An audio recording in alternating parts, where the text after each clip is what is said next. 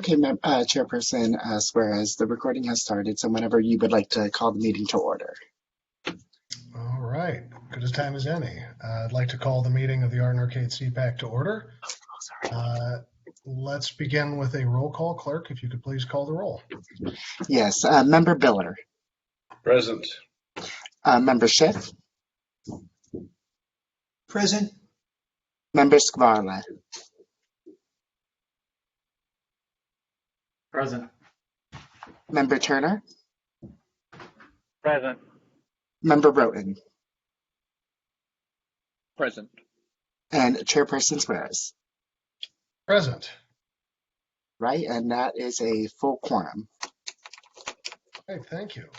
If I could ask everyone to join me virtually in the Pledge of Allegiance. I pledge allegiance to the flag of the United States of America, to the republic for which it stands, one nation, under God, indivisible, with liberty and justice for all. All right. Let's go around by way of inductions. I will start with my chair of the Arden Arcade CPAC. Been on the CPAC for 3, I think. Now it's all kind of blurring together. Thank you, COVID. I live in the Arden Park neighborhood, and pleasure to be here. Next, if we can go to Vice Chair Schiff.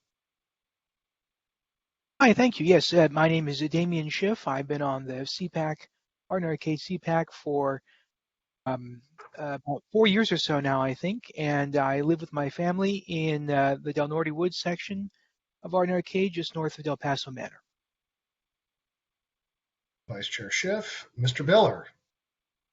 Hi, Bo Biller. I think I've been on for just about, feels like about a year now, and I'm in Sierra Oaks, and I'd like to give a special thanks to Alma for helping me navigate the blue jeans. So I'm on officially through the machine now. This is great. Thank you. Thank you, Alma, especially. Member Skvarla. Yeah, Mikhail Skvarla, first year on the CPAC, and I'm in the Arden Park area. Member Turner. This is Steve Turner, 4 years on CPAC, and I recently moved, but I'm still in the Sierra Oaks Vista neighborhood. Glad to hear it. And then last, but most certainly not least, Member Roten. Thank you. Thomas Roten here. I've been, the past week I've been quarantined at my home here in Del Paso Manor with being COVID positive. And I've been on the CPAC for about, I think, 6 years now. So welcome, everyone. Well, I'm glad to hear you're up and about. Short of sending you something by drone, let us know how we can. Okay. Moving right along from that, does the clerk have any announcements before the CPAC? Yes, I'll begin those. This meeting is live streamed and temporarily closed to in-person public participation. The clerk's office is in the process of hosting hybrid public meetings that will provide board members and members of the public with the option to participate in the meeting, either in person or remotely. Thank you for your patience and support. To make a verbal comment at today's meeting, dial 916-875-2501 to provide your contact information. When the chair opens public comment for a specific agenda item or off-agenda matter, callers will be contacted by phone and transferred into the meeting to make their public comment. Written comments are always accepted. Send your email to boardclerk@saccounty.net. Your comment will be routed to the board and filed in the record. That would end all the clerk announcements. Great, thank you. And if I can just ask really quickly while we're talking about it, is there any timetable for the CPACs to go to that hybrid schedule? At this time, I don't believe there is a specific time frame, and I believe that Alma was having some issues logging on, so I don't think she is. Oh, I'm here. This is Florence Evans. I'm the clerk of the board. Good evening, members of the board. At this time, we don't have an update when we'll be able to go back to the hybrid. We should have a little more information from the public health officer after February 1. And then maybe we'll have a little bit more information in terms of when we can go back to in-person meetings. And I'll be sure to pass that information along so that Rochelle can get everybody informed in the CPAC community. Fantastic. Thank you. I appreciate it, and I'll look forward to that email. Okay, thank you, sir. Yeah. Are there any other announcements from the clerk? No, not on my end. Okay. Well, then let's get right into it. We have one item agendized for tonight, a conditional use permit and design review for a parcel along Fulton Avenue. I'm seeing the owner is Mueller One Trust and applicant. Do we have someone representing the applicant here to present? Yes, Javed Siddiqui from JTS Engineering. I'm present. All right, Mr. Siddiqui, if you would, I will come to you in a second. Clerk, if you'd like to read off the item, please. Yes, it is PLNP 2021-00116, the Fulton Avenue Auto Sales Use Permit, located at 2760 Fulton Avenue, approximately 820 feet south of Marconi Avenue in the Arden Arcade community. The request is for a conditional use permit and design review. All right, and do we have Desiree Fox with the county here to present the item? Yeah, good evening, CPAC members. This is Desiree Fox. Confirming you can hear me okay? We can. Okay, awesome. I'll be presenting on project PLNP 2021-00116. Next slide. As mentioned, the project site is located at 2760 Fulton Avenue, and the parcel is a panhandle parcel that's about 820 feet south of Marconi Avenue, and it is within the Arden Arcade community. Currently, the site is operating as an overflow parking lot for the auto sale business that's just north of the subject parcel. Next slide. This particular parcel is within the Fulton Avenue Special Planning Area, or SPA, and the surrounding land uses include a northern auto sales lot, which has the same ownership as the subject parcel.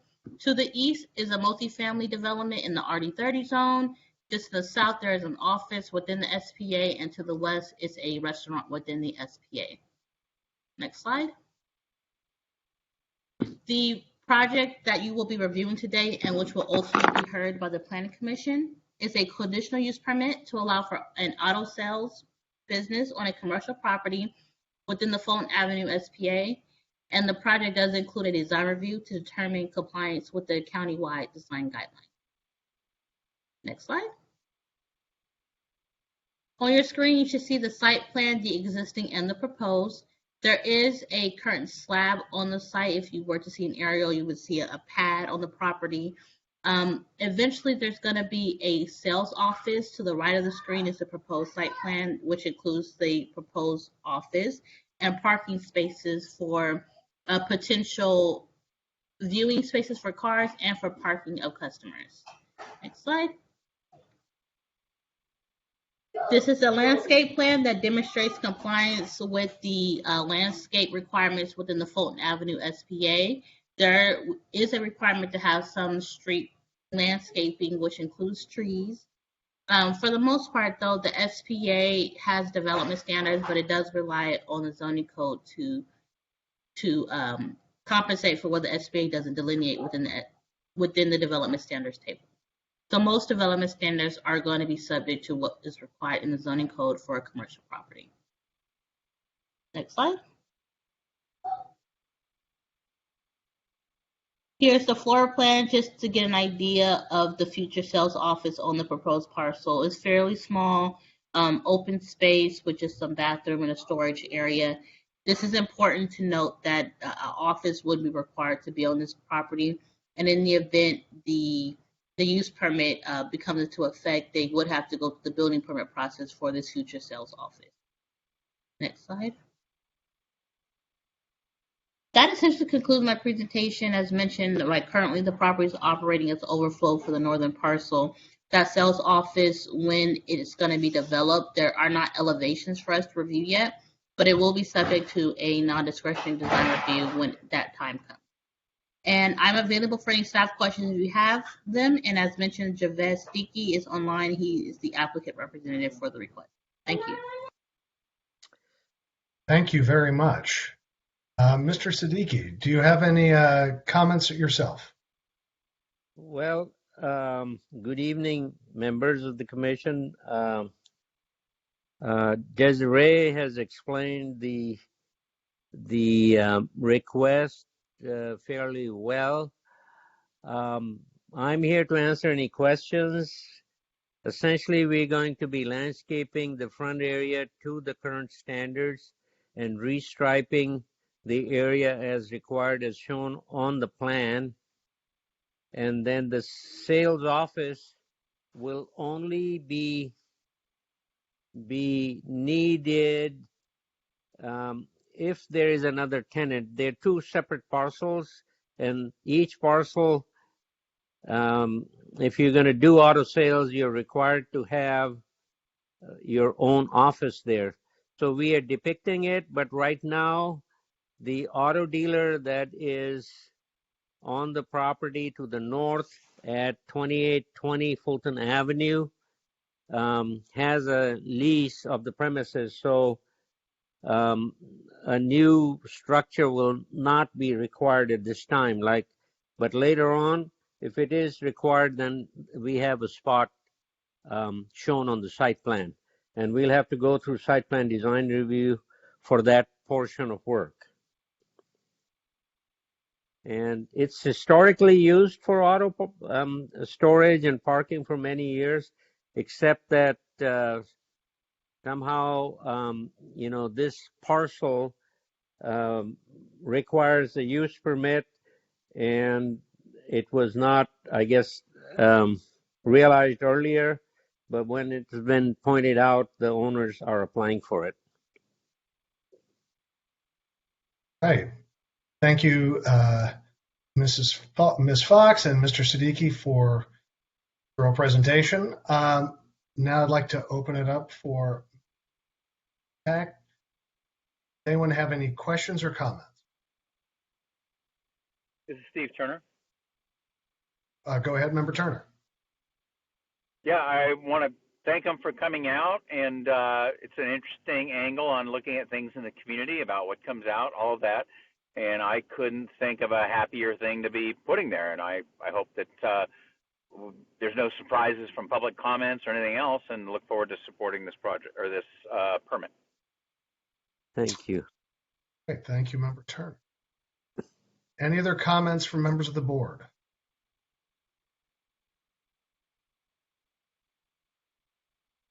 Okay. Clerk, do we have any public comments on this item? We do not have any public comments on this item. All right. Well, then at this time, the chair would smile upon a motion to approve as presented. This is Steve Turner. I'd like to make a motion to approve as presented. Second. Can I, was that Member Biller with the second? Yes, Biller, second. Okay. Having a motion and a second. Clerk, would you please call the roll? Yes, Member Biller. All right. Aye. Biller, aye. Member Schiff. Aye. Member Skvarla. Aye. Member Turner. Aye. Member Broughton. Aye. And Chair Suarez. Aye. Right, and that is unanimous. Right. Ms. Fox, thank you, Mr. Siddiqui. That item is out. Thank you very much. All right. Appreciate it. You're very welcome, sir.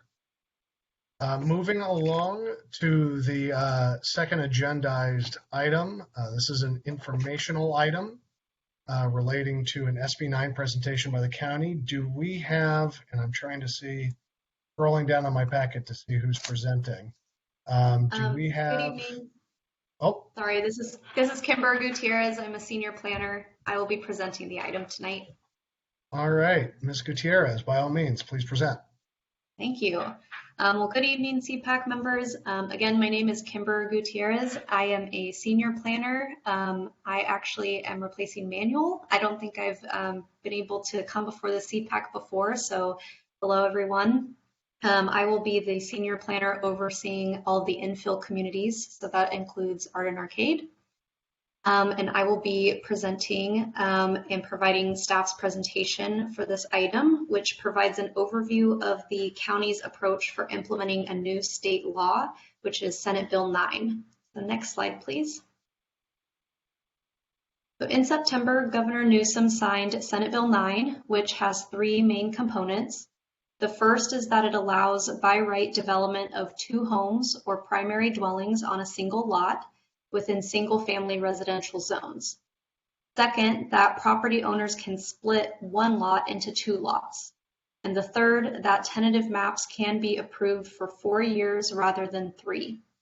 I should note that a property can do both splitting a lot and placing 2 homes on the created lots.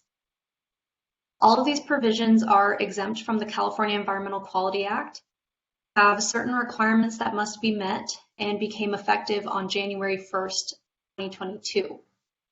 On December 21st of 2021, the Board of Supervisors introduced county code amendments and updates to the zoning code's user guide and began processing requests under SB 9. During the hearing, staff committed to attending all of the CPAC meetings and Planning Commission to discuss, provide information on the new state laws. Next slide, please.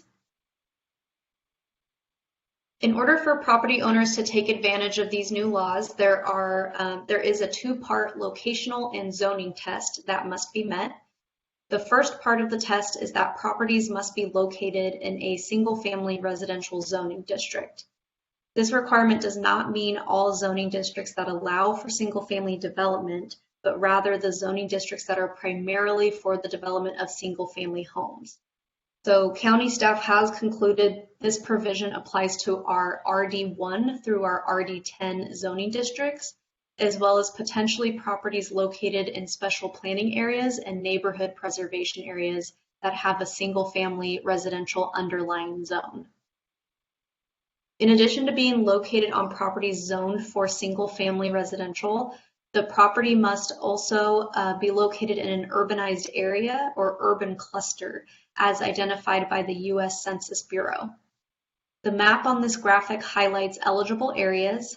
I should note that the map is based on 2010 census data, and we are expecting a revised map later in 2022. However, for now, we will be using this map to determine areas that are eligible for SB 9 processing. So what this means for Arden Arcade, the community is located within an urbanized area, but a specific property must be zoned appropriately in order to take advantage of Senate Bill 9 provisions. Next slide, please. In addition to these locational and zoning requirements, there are some other key provisions of the law that I want to go over. As I mentioned, the request for 2 homes or lot splits are to be handled administratively and are not subject to the California Environmental Quality Act. Requests can be denied, but only if the building official finds that public health and safety would be compromised, which is a very high bar. There are very limited conditions that can be applied to projects, pretty much limited to easements with no off-site improvements or dedications and parking unless located in specific areas. Requests can, however, be conditioned to prohibit short-term rentals of the properties, which the county does intend to do. The laws also drastically changed the required development standards that the county has codified in our zoning code. For example, the county cannot require side or rear yard setbacks of more than 4 feet, and for parcel splits, the minimum lot size can be as small as 1,200 square feet. I should also note that a key provision of the law relating to lot splits is that the property owner must sign an affidavit stating that they will live in one of the properties for 3 years. Next slide, please. I now want to walk through how staff is anticipating lot splits requests will be handled. I also want to note that this is specific to lot splits for 2 homes on 1 lot. Those requests will move straight to a building permit with no additional planning review or conditioning. So for the lot splits, we have developed an SB9 application for parcel maps, which is on our website and available now. And we will charge the same fee as charged for other parcel map applications. Projects will be subject to our project review committee process to analyze the parcel maps, as is done with some of our other ministerial entitlements like design review. And based on board direction, surrounding property owners and CPAC members will receive a courtesy notice of filed applications. Lastly, the planning director will be the decision body for these SB9 parcel maps rather than the subdivision review committee. So appeals will be very limited in scope and will likely have the applicant contesting conditions and would be considered by the Board of Zoning Appeals. Next slide, please. Regarding requests to build 2 homes on 1 lot, the county is intending to initially use our recently approved accessory dwelling unit development standards, as they generally seem to track with the law. However, I should say we are waiting for state guidance, which could change this approach. This is due to the state law not specifically stating a maximum size for the second home on the property, but indicates the minimum size of 800 square feet. Therefore, the county's approach in the interim will be to cap the maximum size of the second home.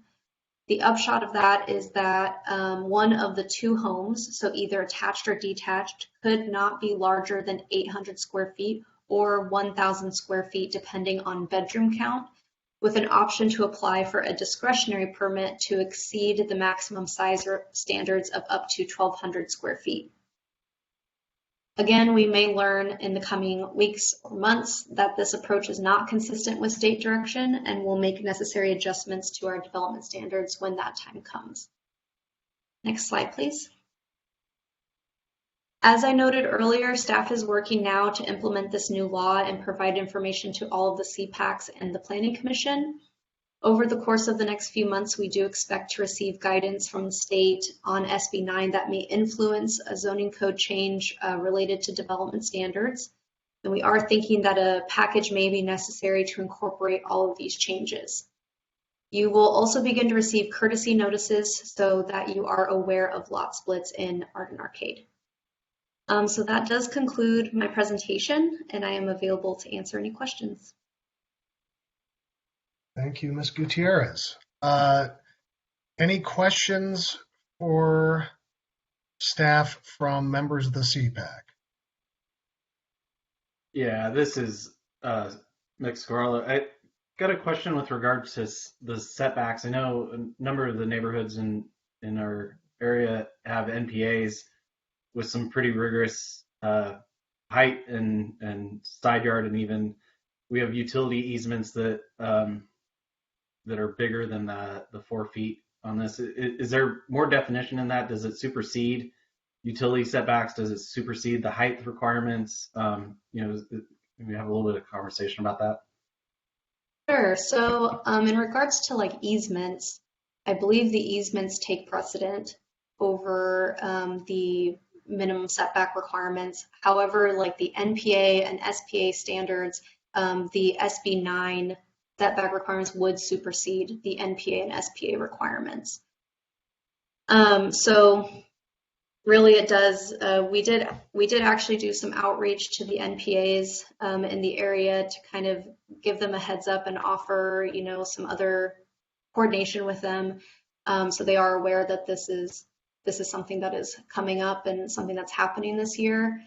And then in regards to height restrictions, I believe, I'm not entirely sure. I'll need to look through the packet, but I think the only thing from state law was in regards to setbacks or giving specific direction on the setbacks.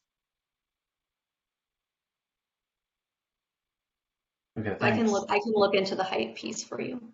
Yeah, just think for some of the character of certain neighborhoods going up may not be the right thing to do, but understand kind of the intent of SB9 and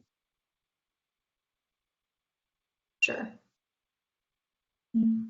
Any other questions or comments from CPAC members? So this is Damien Schiff. I have two comments on the owner-occupied requirement. Does that Sure. apply just to lot splits, or does it also apply to someone who just wants to build 2 dwelling units on a single lot? I believe it only applies to the lot splits. Okay. And is there any recourse should, despite the affidavit, the owner just simply decide not to reside in the unit?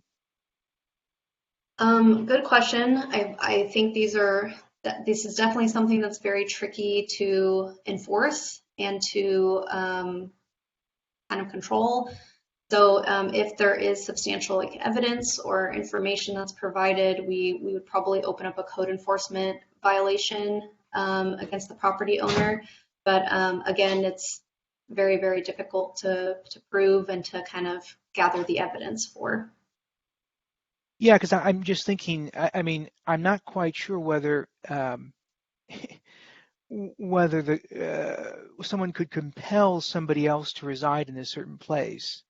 Right. For constitutional or other reasons. And so, I was just curious if there's any sort of, penalty, like the permit is revoked, or there's some sort of a fine or something that might actually encourage owners to, in fact, occupy the dwelling, as opposed to just simply signing the paper but then ignoring it.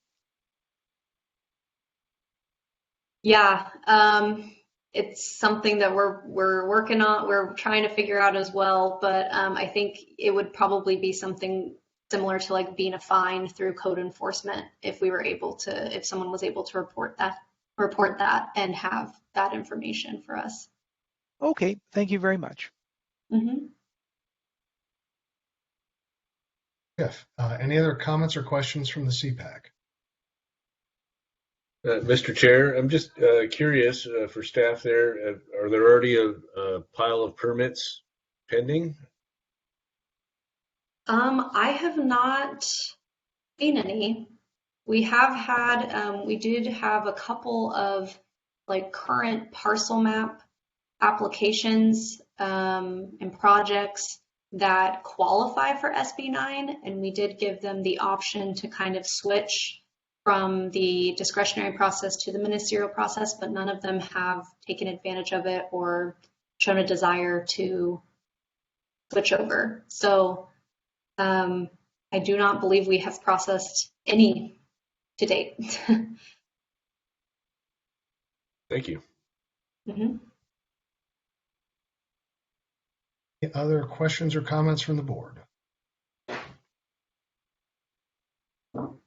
All right, then I had one last question. So if my understanding of this is correct, some of the same rules about setbacks that had been still held firm even with the ADU, those would be superseded by these SB9 changes. Is that accurate? Is my read on that accurate? Sorry, can you repeat what types of setbacks? So I'm thinking of existing easements on the property from, in particularly the NPA. So what Mr. Scavarla had been talking about earlier. So if there's like a drainage easement or utility easement or something kind of tied to something physical on the property, then those would supersede the SB9 setbacks. But if there's like a specific setback requirement laid out in an NPA or an SPA, then the SB9 setback requirements would supersede the NPA and SPA requirements. So it's hypothetical then that someone building in an area with very strong easement rules within their NPA is going through the ADU process could pull their permit, reapply under SB9, be essentially building an ADU, but be able to say, if they hadn't started construction, to extend into a non-utility or physical encumbrance easement. Is that fair to Correct. say? Okay. Yes. Okay. Well, obviously, I think, as you've heard from just the questions you've got so far, our Arden Arcade CPAC is very interested in what the county does in terms of implementing changes to code and rules. So if you could please keep us apprised, I know you will, but I think we're all very, very interested to see how this results. And then, in addition, if there are a list of RD1 to RD10 applications, if you could just flag those for us in the future, if folks are going through those. I know obviously we could dig into the county, the permits and the filings, but I think it'd also be helpful for us as the CPAC to know, just kind of on a shorthand, how many applications we're actually seeing to take advantage of the ministerial approval. Sure. Yeah, absolutely. And then I did get the answer. Any height restrictions will stay in place. So the new Senate bill does not affect height restrictions. All right. Well, thank you, Ms. Gutierrez. It's much appreciated. Welcome. You've got big shoes to fill for Manny, but we are excited to have you with us. Thank you. All right. Moving on to the next item on the agenda is that time of year again, officer elections. So here I will open it up as kind of a free-for-all for folks to make nominations. Myself, as I was appointed chair, I've been chair for 1 year. Member Schiff was appointed vice chair for 1 year. And I think Tom Roten is literally the only other person who's ever served, I think, on the leadership of the CPAC. But that being said, do we have any motions or requests for nominations?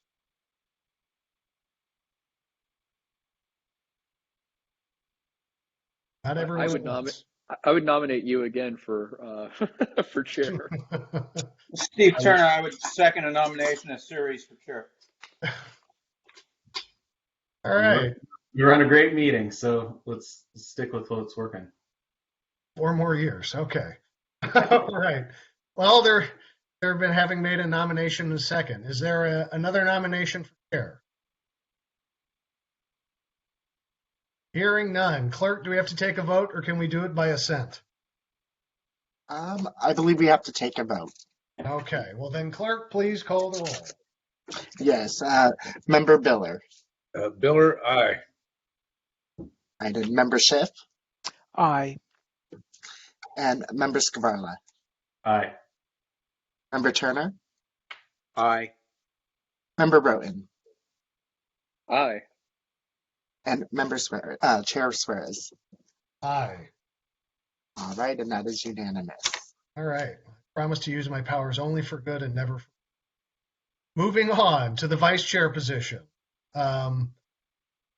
Schiff has served admirably. Unless he says no, and I'm going to wait for a second to see if he complains. Hearing nothing, I make a motion for Damian Schiff as vice chair. I will say that thank you to the chair's excellent attendance. I don't believe I've ever actually been called upon to exercise any of the responsibilities attributable to the vice chair, but nevertheless, I would have no objection to continuing to serve if the committee is in agreement. Well, in that case, then, as Member Roten here, I second that. All right. Do we have any other calls for nomination? Hearing none. Clerk, would you please call the roll? Yes. Member Biller. Biller, aye. All right, and Member Schiff. Aye. Member Skvarla. Aye. Member Turner. Aye. Member Roten. Aye. And Chair Suarez. Aye. Right, and that is unanimous on both accounts. All right. Got our board elections done and with a minimum of bloodshed. Just the way I like it. Moving on to the staff update. Do we have any updates from the staff, from county staff?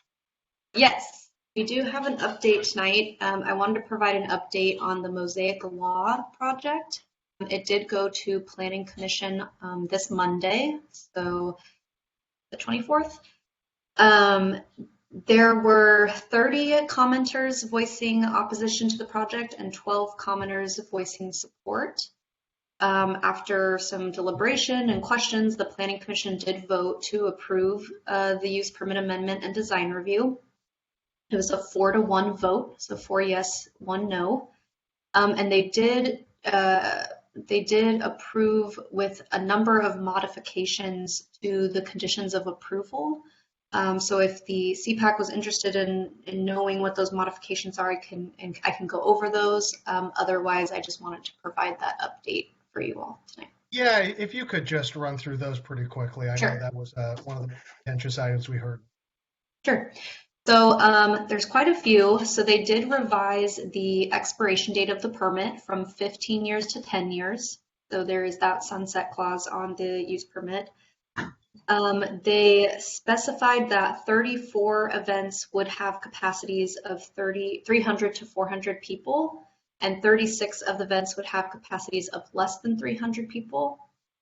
They did add a condition of approval, which stated, as an ongoing measure, non-congregational events held on Fridays and Saturdays after 5 p.m. shall be leased only to nonprofit organizations, schools, and public agencies. They referenced Exhibit B to be revised to remove the off-site parking lot. The title of Exhibit B revised to Revised Traffic Management and Parking Plan. They deleted Advisory Condition 3 and deleted a mitigation measure, Condition 22. I don't have those on hand, but let me pull those up really quick. Therefore.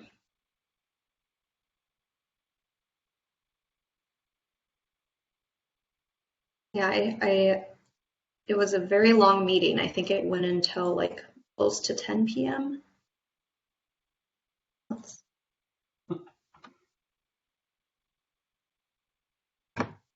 Okay, so condition 22. All right, so advisory 3 was a Department of Transportation advisory, and it read that the project proponent shall comply with the mitigation measures outlined in the local transportation analysis as incorporated as mitigation measure A. And then mitigation measure A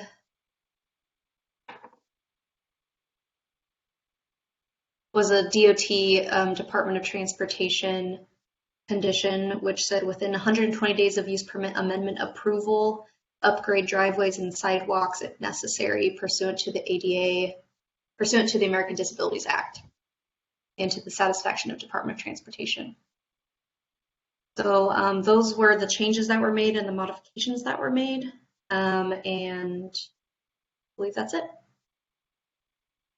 All right, thank you for presenting that. Very thorough and duly appreciated. Any other comments or from members of the board or the clerk's office? Sorry, I should say the clerk's office. Okay, moving on. The next item we have is council member comments. Does anyone from the CPAC have any comments to make on the record?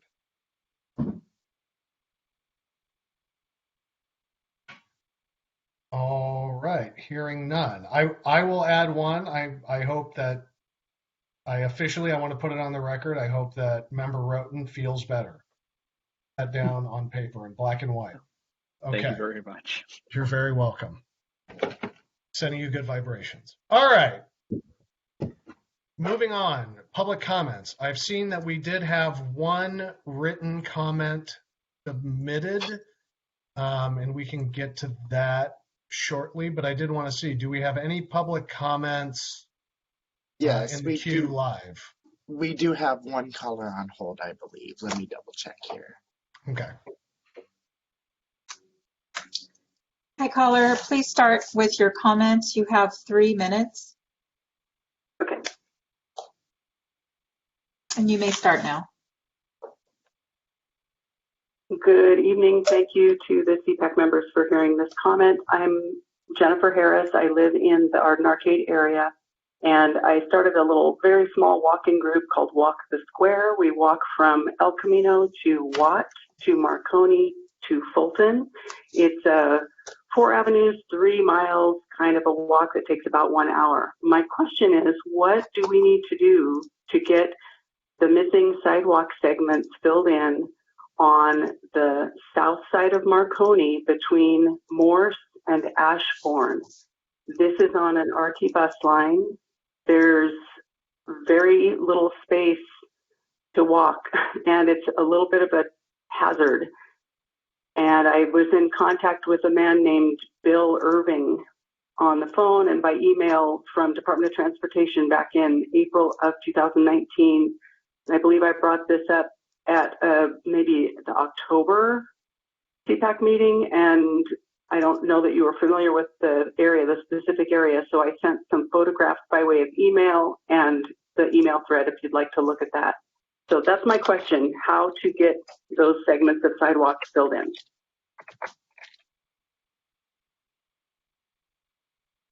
This is Kimber Gutierrez. I did forward the public comment to our Department of Transportation staff who we work with on the projects that we get.